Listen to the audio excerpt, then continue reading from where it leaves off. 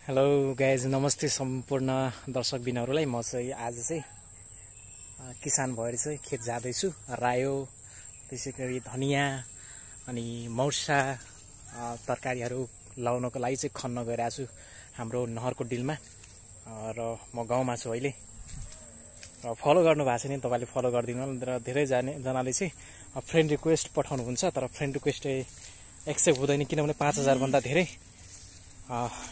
साथीहरू चाहिँ भइसकेको छ मेरो फेसबुकमा।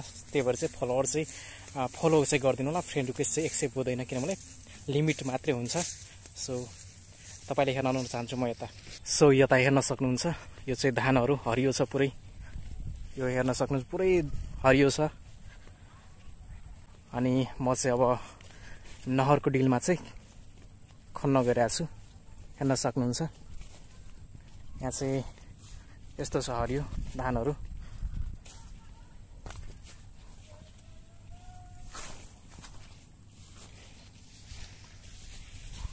यस्तो पानी छ, यो पानीबाट म तर्दैछु। सो हेर्न सक्नुहुन्छ, यहाँबाट यस्तो देखिन्छ हाम्रो नहरतिरको भ्यू।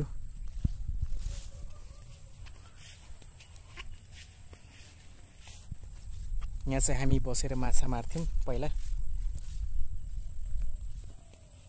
अहिले चाहिँ यस्तो छ, हेर्न सक्नुहुन्छ। यहाँ चाहिँ पहिला चाहिँ पानी चाहिँ अहिले छैन। सो हेर्न सक्नुहुन्छ, यो चाहिँ नहरको डिलमा चाहिँ यो चाहिँ हेर्न सक्नुहुन्छ दाल हो, यो कालो दाल। र पछाडि चाहिँ धान रहेको छ पाकेको, हाम्रो भदैया धान भन्छ। यस्तो छ, हेर्न सक्नुहुन्छ। यो नहरको डिलमा पारिपट्टि पनि धान चाहिँ भर्खरै। यो चाहिँ तपाईँले हेर्न सक्नुहुन्छ, यो चाहिँ के हो गेस गर्नु होला। यो चाहिँ सबैलाई थाहा भएकै कुरा होला, धेरैलाई। तिल हो यो, जुन चाहिँ हामी माघे सङ्क्रान्तिमा चाहिँ यसको लड्डु चाहिँ खान्छौँ। एकदमै मिठो लाग्छ मलाई, तपाईँहरूको पनि मिठो लाग्छ होला।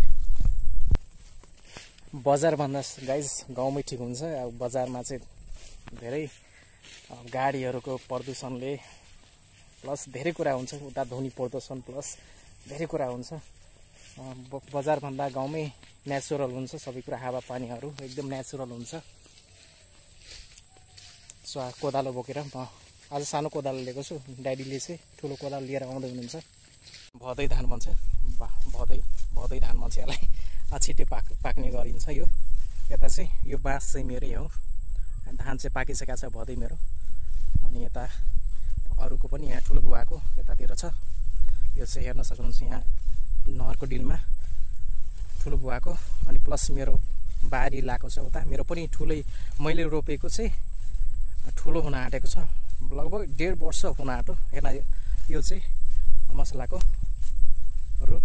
यता चाहिँ हेर्न सक्नुहुन्छ, यो चाहिँ ड्याडीले बनाएको सानो पुल। त्यहाँ पनि मैले हेराएँ अघि ठुलो नहरमा। यो चाहिँ सानो नहर हो, पैनी हो।